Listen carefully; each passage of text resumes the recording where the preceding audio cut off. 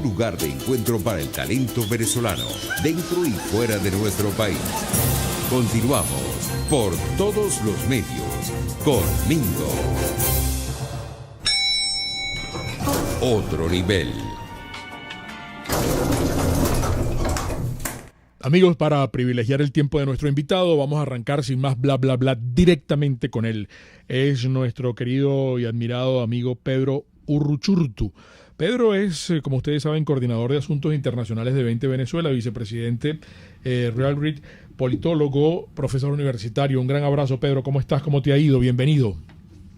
Querido Mingo, un gusto como siempre estar con ustedes. Gracias por la invitación, honrado. Mira, las muchachas estaban y han venido comentando las expectativas que se ciernen con relación al señor Khan al frente de la Corte Penal Internacional. Se despide la señora Bensouda, con un balance un poco, con relación a Venezuela, estoy hablando, por supuesto, con un balance un poco que tenía otras expectativas, pues, ¿no? Sobre todo en la recta final. Sin embargo, algunos especialistas ya asoman en el mundo entero y se le solicita incluso que apure las cosas a este señor porque están las pruebas allí. Yo no sé qué análisis podemos arrancar. Quiero hablar contigo muchas cosas y también Erika y todas las muchachas acá están pasándome papelitos con los temas que queremos abordar contigo. Por esto también queremos apelar a tu capacidad de síntesis. Haznos un compacto, como promovíamos en Twitter. Nos vamos a pasear contigo porque también queremos hablar de Nicaragua, queremos hablar de Perú, queremos hablar de varios sitios y tú eres experto en esta materia. ¿Qué es lo que está ocurriendo en la Corte Penal y qué podemos esperar? Bueno, con la Corte Penal ciertamente hubo una expectativa en lo que se esperaba que fuera uno de los últimos actos de la fiscal saliente, pues el pasar a fase de investigación en el caso de Venezuela. Creo que su carta de despedida, mucha gente la interpreta como una lavada de manos. Yo soy un poquito más benevolente en este sentido. Yo creo que la carta no es mala per se. Y en la carta, a mi modo de ver, ella entre líneas dice que su decisión estaba tomada y que en efecto la decisión era abrir la investigación. Lo que pasa es que no olvidemos que el régimen en las últimas 2 semanas se dedicó a enviar cualquier cantidad de documentación a la Corte para retrasar este proceso. Y la fiscal, como lo dice en su carta, respetuosa de los procesos internos que tiene la propia Corte, pues decidió abstener su decisión y dejársela al nuevo fiscal hasta que las instancias internas de la Corte decidan sobre estas solicitudes que ha hecho el régimen, que además no van a ser procedentes. Eso está claro, que allí Tamara Sujú lo ha explicado de manera brillante porque esto no sería procedente, salvo el hecho de que han ganado tiempo. Ahora bien, yo creo que el nuevo fiscal, Khan, tiene por supuesto una enorme responsabilidad en sus manos. Creo que su mensaje inicial fue interesante cuando dijo que hay muchas cosas que se han hecho lento, que se han descuidado y que su meta es que la Corte funcione. Hay mucha presión sobre este tema de Venezuela. Yo estoy convencido de que ciertamente se va a pasar a la apertura de la investigación, esa fase que es tan importante, pero también creo, Mingo, que hay que manejarlo con las expectativas en su justa medida. Abrir una investigación de ninguna manera significa una sentencia, ni significa automáticamente un veredicto, pero sí abre un nuevo abanico de posibilidades que pasan por solicitar comparecencias ante la Corte, incluso eventualmente algunas órdenes de detención, si fuera el caso, preventivas. Todo esto puede ocurrir en los próximos meses, pero lo importante acá, Mingo, es que se entienda que ciertamente al régimen le preocupa, porque si no le hubiera preocupado, no hubieran intentado retrasar este proceso hasta el final.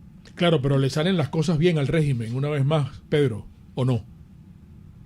No, yo creo que no. Yo creo que, salvo el tiempo que van ganando, pero la realidad es que hay procesos que son indetenibles, Mingo, y aunque el régimen quiera cambiarse la etiqueta y quitarse el sticker que tienen en la frente que dice que son criminales, no lo van a poder hacer. Es decir, es muy poco probable que puedan cambiar el curso de los hechos que están teniendo lugar dentro de la Corte Penal. Como lo digo, hay que manejarlo en su justa dimensión, no crearnos las expectativas de que mañana esto va a significar una solución, pero desde luego sí implica una nueva fase y, como te digo, una etiqueta. Eso es más que una etiqueta, es un tatuaje en la frente que es muy difícil que se puedan quitar. Y bueno, sí, han ganado tiempo, pero como te digo, no creo que eso afecte el desarrollo de los acontecimientos que vamos a ver en las próximas semanas. ¿Cuáles observaciones puedes compartir con nuestro auditorio? Porque, caramba, estamos viendo todos estos movimientos criminales izquierdosos que se están volviendo una especie de pandemia y se extienden por todo nuestro continente.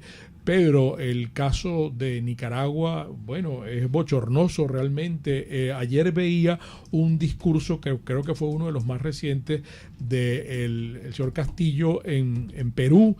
Decía inclusive desde el balcón, parecido al balcón del pueblo, que él no era chavista, que no se confundieran, que él no era comunista, pero que había ganado, pues, ¿no? Y entonces, nuevamente, lo que ocurre, fraude, canta la otra. Entonces, caramba, vale, mientras tanto el continente pintándose de rojo. Es así, mira, yo lo primero que quiero hacer es referirme al tema de Nicaragua. Tú sabes que nosotros desde hace mucho lo hemos conversado en otros programas. Si nosotros no comprendemos que en la región existe hoy un triángulo, que es un triángulo maligno, que es el triángulo como le dice Pinilla, el caricaturista, no es el triángulo de las Bermudas, sino el triángulo de las penumbras, que es Cuba, Venezuela y Nicaragua. O sea, ese es el triángulo que además geográficamente uno ve el mapa y forman un triángulo, geográficamente hablando. Allí es donde tienen lugar pues una serie de prácticas, no solo criminales, sino desde luego lo que hemos estado viendo, el guión, ¿no? El guión no quiere decir que en otros países como Bolivia en este momento no esté pasando, pero digamos, ahí es donde está concentrado, claro. Y tanto así que la administración anterior de los Estados Unidos lo definió así, el círculo vicioso para la seguridad de la región. Ahora bien, lo de Nicaragua, lo que estamos viendo con Ortega no es nuevo, no es un patrón nuevo. En Venezuela lo hemos vivido hasta el cansancio, ni hablar en Cuba. Y la reflexión que yo hago al respecto, Mingo, porque yo no voy a caer nuevamente en el diagnóstico de que, sí, están violando las libertades, es que están persiguiendo políticos, hay presos políticos. Todo eso lo sabemos, lo vivimos en carne propia en Venezuela, lo hemos identificado, lo hemos dicho. La realidad es que lo que está pasando en Nicaragua es la consecuencia de seguir tratando como políticos a quienes son criminales, Mingo. Y eso es lo primero que hay que entender. Es decir, a mí me preocupa mucho la tardía respuesta de la comunidad internacional en el caso de Nicaragua, pero además una respuesta que queda tibia en comunicados, en incluso llegar a escuchar a funcionarios de la administración de los Estados Unidos decir que por haber un tercer preso político en esta última arremetida hay que hablar de dictadura, cuando Daniel Ortega desde hace rato dejó de ser dictador para convertirse en un tirano criminal. Claro. Entonces, creo que lo de Nicaragua es muy peligroso porque corremos el riesgo de, como en Venezuela ha pasado, de asumir el diagnóstico incorrecto y al mismo tiempo, como consecuencia de ello, actuar indebidamente contra un régimen que no le importa. Daniel Ortega ha dicho en entrevistas, Mingo, que no le importa que le digan dictador, ¿Sí, no? Que eso para él, a él le da igual. Y es que a esta gente no le interesa que le digan dictador o tirano, al final estos son criminales y por lo tanto actúan como criminales. ¿Y qué es lo más peligroso de esto, Mingo? Es que actúan y no ven respuesta, o sea, no ven respuesta en contra, sienten que tienen carta blanca, sienten que pueden andar impunemente y por eso hace lo que hace, porque son tratados como políticos, no políticos más. Hubo una reacción inicial de parte de Estados Unidos de agarrar a 4 personas, donde estaba incluso una hija de Ortega, con unas sanciones. Entonces yo no sé qué efecto tiene eso, Pedro. No, es que lo hemos dicho también muchas veces, Mingo, las sanciones son necesarias, las sanciones son efectivas, pero las sanciones por sí solas no tienen resultados. Es decir, las sanciones tienen que venir acompañadas de un plan que implique otras acciones para que realmente esas sanciones puedan tener el impacto que se desea. En Venezuela la tuvieron en su momento, pero al pasar el tiempo, obviamente el régimen se adapta, el régimen busca vías de escape, y por eso es que el tiempo es tan importante acá. Y por eso es que mientras se sigue tratando como políticos a unos tipos que son criminales y que no tienen escrúpulos algunos, pues vamos a seguir. Es más, vamos a ver a este paso unas elecciones completamente fraudulentas en Nicaragua, donde Daniel Ortega se va a elegir nuevamente como presidente, y donde al final el mundo lo que va a decir es, pero ojalá algún día haya elecciones libres en Nicaragua. Entonces, es muy grave, es muy grave. Y con respecto a Perú, brevemente me voy a referir a eso, Mingo. Yo creo que en el caso de Perú, lo primero, no hay presidente en Perú todavía. Yo creo que hay mucha presión de la izquierda para que Pedro Castillo se diga a sí mismo presidente y se ponga en el Twitter que es presidente electo y haya felicitaciones. Obviamente esa es parte del esquema de la izquierda. Yo creo que lo que está ocurriendo en Perú es parte del mismo guión que hemos visto en buena parte de la región, este tema de resultados cerrados, de resultados ajustados, donde la izquierda tiene capacidad de infiltración, de articulación. Es un plan, lo hemos visto en Chile, lo hemos visto en Colombia, lo hemos visto en toda la región, y por supuesto que una eventual victoria de Pedro Castillo sería muy peligrosa para Perú y para la región, porque no estamos hablando además aquí y quitándonos los términos precisos, quizás técnicos, aquí no estamos hablando, esto no es un gobierno progresista, ¿no? Estamos hablando de que es un gobierno comunista, marxista, maoísta, que es además, yo se lo decía el otro día, por cierto, a nuestro amigo Orlando Bendaño, para mí no es otra cosa sino revivir el sueño de la Revolución Cubana. Es decir, 60 y pico años después, la Revolución Cubana consigue en Perú un tipo que es capaz de reivindicar sus ideas como hace 60 y pico años en La Habana. Entonces, es muy peligroso lo que puede significar esto para la región, Mingo, y bueno, yo creo que tenemos que prepararnos. Y en el caso, bueno, por supuesto que se pase lo que pase, ahí hay varias opciones en este momento. Una, que los votos se puedan voltear, que obviamente hay una probabilidad mínima, pero puede ocurrir. La segunda, que se convoque nuevamente la segunda vuelta y se haga nueva, o se convoque todo el proceso nuevamente. Es decir, hay un abanico de opciones, pero la realidad es que Perú está asignada por creo yo, un clima de inestabilidad. Incluso si llegase a ganar Castillo o llegase a ganar Keiko en este proceso, cualquiera de los dos, creo que la profunda inestabilidad e ingobernabilidad en Perú inevitablemente va a llevar a un conflicto porque las condiciones están perfectamente dadas. No estamos flaqueando un poco, no cojeamos mucho los que nos oponemos a esas corporaciones criminales de izquierda que están tomando el poder a diestro y siniestro en materia de liderazgo, de discurso, de estrategias. ¿No somos un poco blandengues en eso? Absolutamente, Mingo. Y no solamente es que somos blandengues, es que nos cuesta asumir que hay que articularse, y hay que articularse entre afines. Es decir, a mí lo que me preocupa es que, y lo hemos dicho muchas veces también, quienes creemos en la democracia, en la libertad, o si lo queremos circunscribir en un lado del espectro, la derecha, si lo queremos ver así. Liberal. Yo creo que ha sido muy tímida, la derecha liberal ha sido muy tímida, y sobre todo ha caído lamentablemente en todo este chantaje de la corrección política, en este chantaje de la presión por vía de la violencia y del caos, como ha pasado en Chile y en Colombia. Sí. En lugar de tomar posiciones contundentes, por el miedo a, bueno, lo que va a decir la comunidad internacional, por el miedo a lo que va a decir la izquierda. Entonces, ¿qué termina pasando? Que la derecha liberal, por intentar ser políticamente correcta, termina renunciando a su propia identidad y a sus propios valores de derecha liberal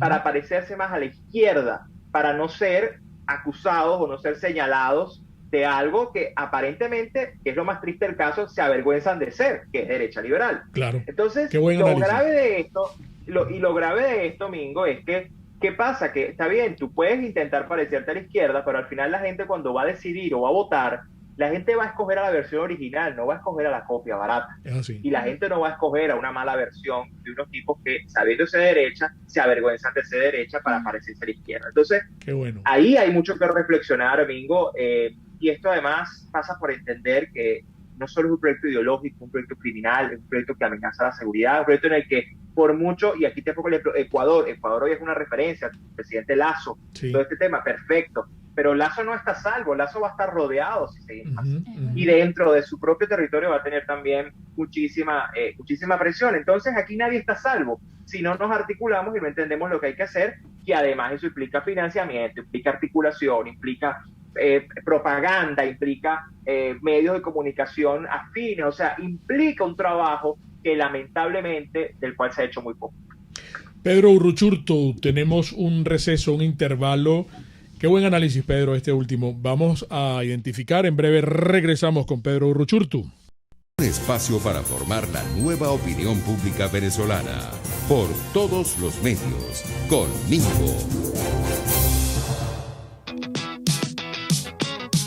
El domingo es el día de papá, el domingo es el día del padre y ustedes pueden encargarle a papá un combo en Comercializadora Prada, un combo de chuletas, de chorizos, de jamones, de quesos, de mantequilla, de crema de leche, de suero, todo esto que le encanta a papá, cómo disfrutaría a papá.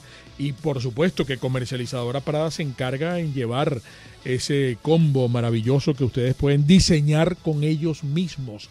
Incluyan el yogurt natural, el yogurt artesanal que es ideal para papá. Les voy a dar un teléfono para que centralicen todos esos pedidos: 0424-120-3562. de Comercializadora Prada, todo en quesos y embutidos con la mejor relación precio-sabor. Es muy importante el servicio que venimos mencionando de nuestros amigos de The Lab, del examen PCR. El examen PCR, si usted quiere, se lo hacemos en su casa y usted no se mueve desde la tranquilidad de su casa. The Lab Biodiagnóstica se traslada el laboratorio a su casa para la muestra. En 24 horas está el resultado.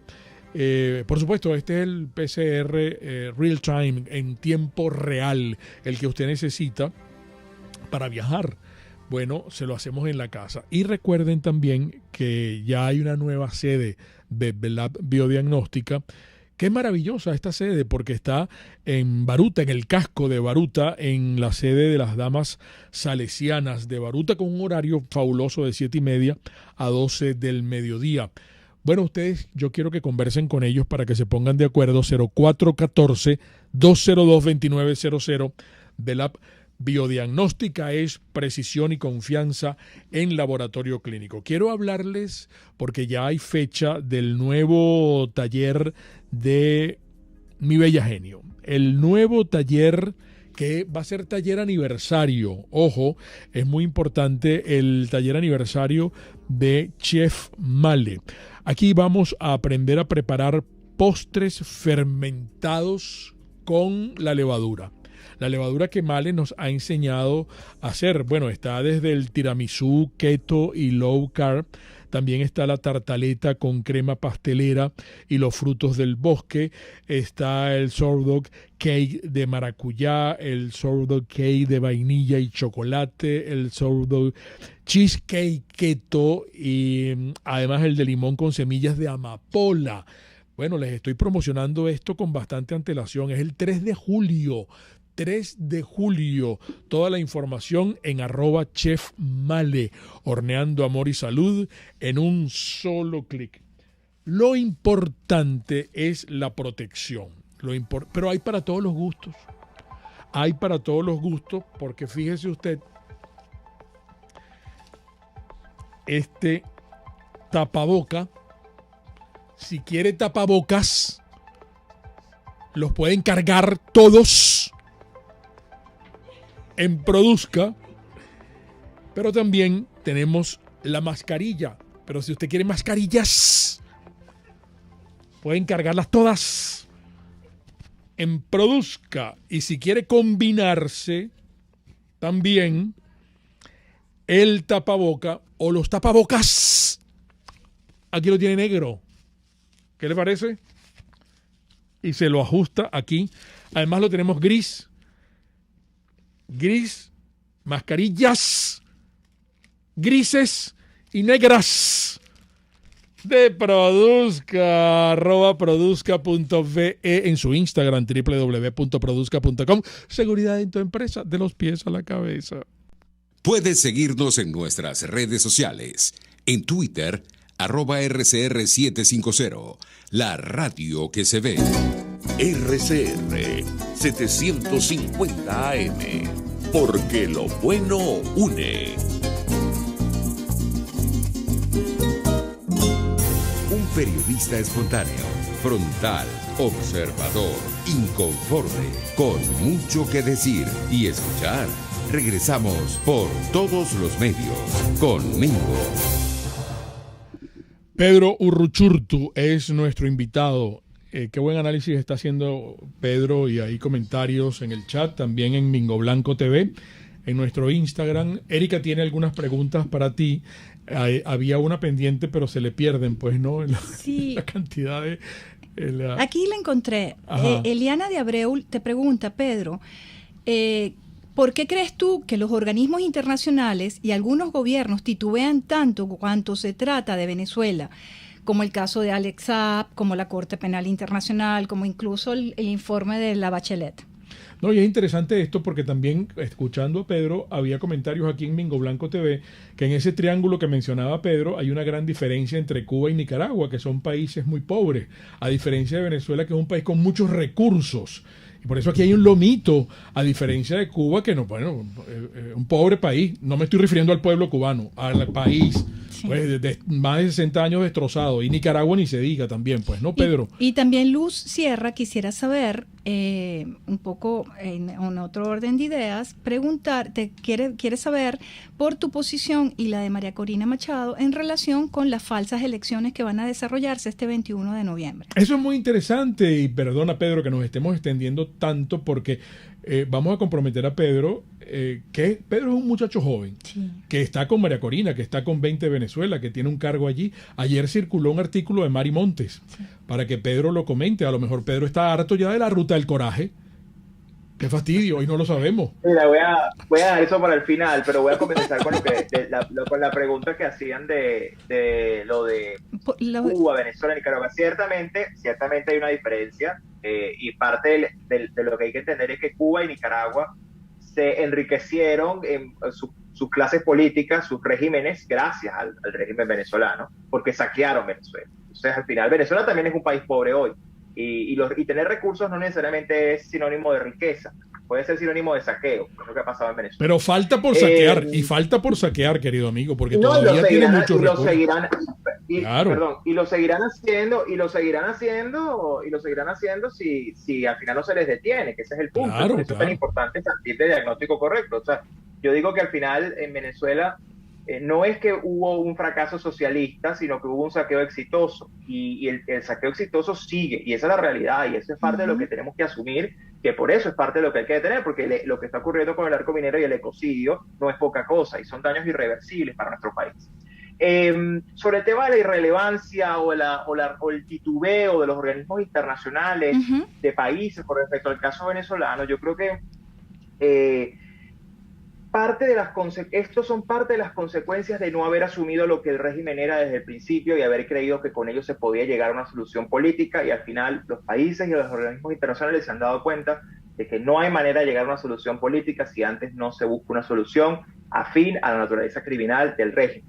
¿Y qué pasa? Obviamente, muchos de ellos saben que hay que hacerlo, pero no quieren, porque eso implica obviamente un costo desde el punto de vista político, diplomático, de opinión pública, pero al final la realidad es que la fuerza de los hechos se impone, y mientras más corran la arruga, más costosa será la salida en Venezuela. Esa es la realidad que hay que asumir. Ahora bien, la comunidad internacional, lamentablemente, y no hablo solo del caso venezolano, donde ya es tarde para actuar, porque mucha gente sufre y ha sufrido, sigue sufriendo, la comunidad internacional en muchas ocasiones ha llegado tarde, y ha llegado tarde por negarse a reconocer una realidad que al final, como decía Ayn Rand, se puede negar la realidad, pero no se pueden negar las consecuencias de negar la realidad. Y negar las consecuencias de la realidad es lo que ha llevado a que Venezuela llegue a ser lo que es hoy, con 6 millones de desplazados, refugiados, migrantes, como queramos llamar, y además con todo el drama interno que existe.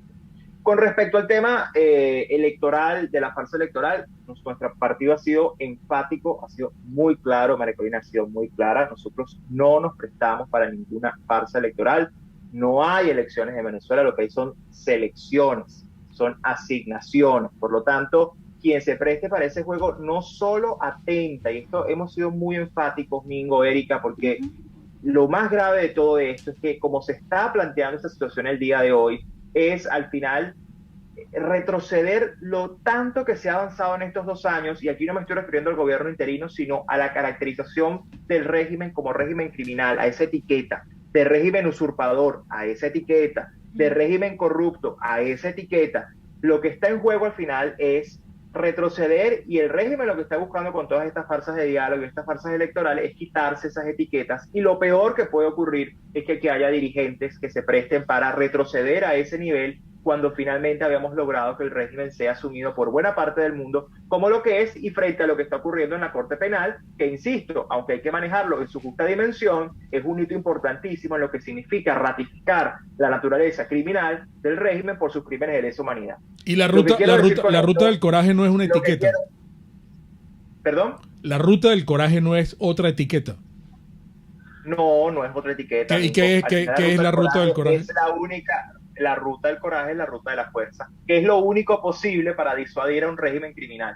Y eso hay que entenderlo. Insisto, yo entiendo que mucha gente se niegue, que mucha gente además lo lo intenta hasta en muchos casos ridiculizar el término y decir, ustedes lo que quieren es que vengan los Marines, que venga la guerra, no sé qué más. Nosotros jamás hemos planteado eso. Lo que hemos dicho claramente es que la solución para lo que ocurre en Venezuela tiene que ser coherente con la naturaleza del régimen que se enfrenta, que es criminal. Todo aquello que te diga, no elecciones con el régimen, yo pregunto, el alcalde de Caracas, ¿realmente se escoge con votos o se escoge con balas en la Cota 905 y en La Vega? Esa es la primera pregunta que tenemos que hacernos. ¿Los alcaldes de Apure se escogen realmente en un centro electoral o los va a escoger la guerrilla, el ELN y los grupos disidentes que están haciendo desastres allí con el beneplácito del régimen venezolano que les ha cedido intencionalmente el territorio? Entonces, el punto acá es que no nos podemos caer a coba. En Venezuela no hay elecciones ni las podrá haber mientras el régimen siga en el poder. Y hasta que no asumamos que es un régimen criminal y no político y sigamos insistiendo en soluciones políticas para alguien que no es político, nos vamos a seguir equivocando. Claro. Entonces, al final, la ruta del coraje, Mingo, la ruta del coraje no es otra cosa que la ruta de asumir que esto es un régimen criminal que tiene que ser presionado por todas las vías posibles y que a la hora de sentarse en una mesa de negociación no es para que el régimen siga sobreviviendo como ha sido todos los diálogos previos, sino es para sentarlo con una fuerza encima que está dispuesto a actuar en caso de que no cumpla el acuerdo y que a partir de ahí el régimen decida cómo se va del poder, no para quedarse. Dentro de eso, dentro de ese abanico que tú planteas de todas las cosas, está el revocatorio. Ustedes apoyarían el revocatorio, María Corina y tú y toda la gente de 20 apoyarían el revocatorio. Y quería preguntarte, ¿te leíste el artículo de Mari Montes donde menciona a María Corina? Sí. Ella escribe desde el hartazgo. Está acoquinada, está hasta la coronilla de María Corina, de Leopoldo López y de Enrique Capriles. Y no, ¿qué comentario tienes? A mí me parece curioso que la señora Mari Montes diga eso después que ella se ha dedicado a bloquear a todo el mundo que ha pensado como ella mucho antes que ella. A mí me parece tremendamente cínico de su parte que ella hoy venga a hablar de hartazgo, intentando capitalizar lo que puede ser un descontento de la sociedad cuando ella misma ha sido parte y ha sido copartícipe de precisamente, digamos, el bloqueo y la censura a mucha gente que tiene rato pensando como ella aparentemente piensa hoy. Así que, por lo tanto, creo que, y además caemos en lo mismo, el tema de la unidad que barriga con barriga, como si esto fuera un asunto de una foto, es un asunto de estrategia, es un asunto de visión, es un asunto de cuál es el propósito. Si el propósito es liberar a Venezuela, perfecto, pero para eso hay que deslindarse de los corruptos, para eso hay que deslindarse de los criminales, para eso hay que deslindarse de todo lo que permite que el régimen siga en el poder. Sí. Y ahí estamos viendo, el gobierno interino el día de ayer dio señales bastante confusas, diciendo que el revocatorio hay que considerarlo, sí, que las elecciones hay que considerarlas, entonces no se están deslindando de ninguna, al final ellos están dispuestos a reconocer al régimen, y con eso conecto con lo otro que preguntaban, sí, que es con el tema del revocatorio, es que, Mingo, no puedes revocar algo en un país donde no hay presidente, salvo que el revocatorio sea Guaidó, que es el presidente, en principio. Pero hay que ser coherente, Venezuela, y además te digo algo, para nosotros el régimen no tiene presidencia, no desde 2019, nosotros desde 2013 nunca hemos dicho presidente, nunca, porque nosotros creemos que las elecciones del 2013 se las robaron, para nosotros ese señor nunca ha sido presidente. Por lo tanto, nuestra posición es mucho anterior a lo del interinato. Y por supuesto la reafirmamos con el interinato, porque en Venezuela claramente a partir del 2019 hay un vacío de poder. Y lo que tú no puedes es vender o votar, ¿sabes? Desperdiciar todo tu capital político, que precisamente es lo que ha justificado, entre otras cosas, que Juan Guaidó sea presidente, que era la usurpación, para decir ahora entonces que vas a revocar. ¿Revocar a quién? En Venezuela hay vacío de poder, en Venezuela no hay presidente. Pero yo le pregunté aquí en este estudio a María Corina si ella estaba y apoyaba a Guaidó y me dijo que sí. ¿Tú no? Claro, pero es que ya va, nosotros no apoyamos a personas, Mingo, apoyamos una ruta. Y el problema es que esa ruta era la ruta bajo la cual el propio señor Juan Guaidó se juramentó en el año 2019, que era un mantra del cual, por cierto, ya nadie habla. Pasaba, por cierto, el primer paso era el cese de la usurpación. Pero fueron puros eslogans. Entonces, de eso se olvidaron. Nosotros estamos comprometidos por una ruta, siempre y cuando esa ruta pase por derrotar al régimen. Ahora, donde la ruta plantee convivir con el régimen, reconocer al régimen, retroceder estos 2 años, todo lo que se ha logrado, pues allí 20 Venezuela no va a estar, Mingo, porque nuestro compromiso es con la coherencia y con la verdad. Y si aquí seguimos cometiendo los errores, aquí el problema con los políticos no es que los políticos no pagan las consecuencias de equivocarse, las paga la gente que sufre. Entonces, Lo más lamentable de esto, Domingo, es que estos 2 años, que fueron espectaculares en muchos sentidos en cuanto a la oportunidad que representó, es decir, teníamos una región sólida, con gobiernos afines, con apoyo internacional, con recursos para actuar, teníamos el momento estelar y una dirigencia errática, a corruptos y criminales, terminamos, mira cómo terminamos. Sí, ya no tenemos casi tiempo. Los diputados de 20 Venezuela no cobran de la Asamblea, que los que están en la Asamblea Nacional de Guaidó no cobran ni $1. ¿O hay que preguntárselos a ellos? Diputados, no, bueno, eso hay que preguntárselo a ellos, pero lo que hay que decir acá es que quien debe rendir, por cierto, cuentas al país, y no precisamente por eso, sino por todo lo que ha sido el manejo de los recursos dentro del gobierno interino, es el gobierno interino también. Y eso hay que preguntárselos al gobierno interino, dónde está la rendición de cuentas, que por cierto hay bastantes dudas alrededor de eso. Pero con respecto a los diputados, creo que eso es algo que hay que preguntárselo directamente a ellos, y que además hay que decir, yo aquí voy a reafirmar esto, Domingo, porque sé que tenemos poco tiempo. Rapidito, sí. Los diputados siguen siendo diputados porque ese es su mandato y porque ellos tienen un mandato popular. Ellos, cuando decidieron continuar como diputados, no fue exclusivamente por apoyar a Juan Guaidó, que fue con lo que se intentó decir en muchas ocasiones, sino por reivindicar lo que ellos como diputados legítimos son, y eso también hay que respetar. Se nos agotó el tiempo, Pedro. Qué buena esta conversación contigo, que se repita pronto. Gracias, Pedro Uruchurtu. Las interpretaciones finales de todo lo conversado aquí, amigos, son de ustedes. Y recuerden, el comunismo te quiebra las rodillas para que tengas que darle las gracias por las muletas. Hasta mañana. RCR presentó Por Todos los Medios con Mingo.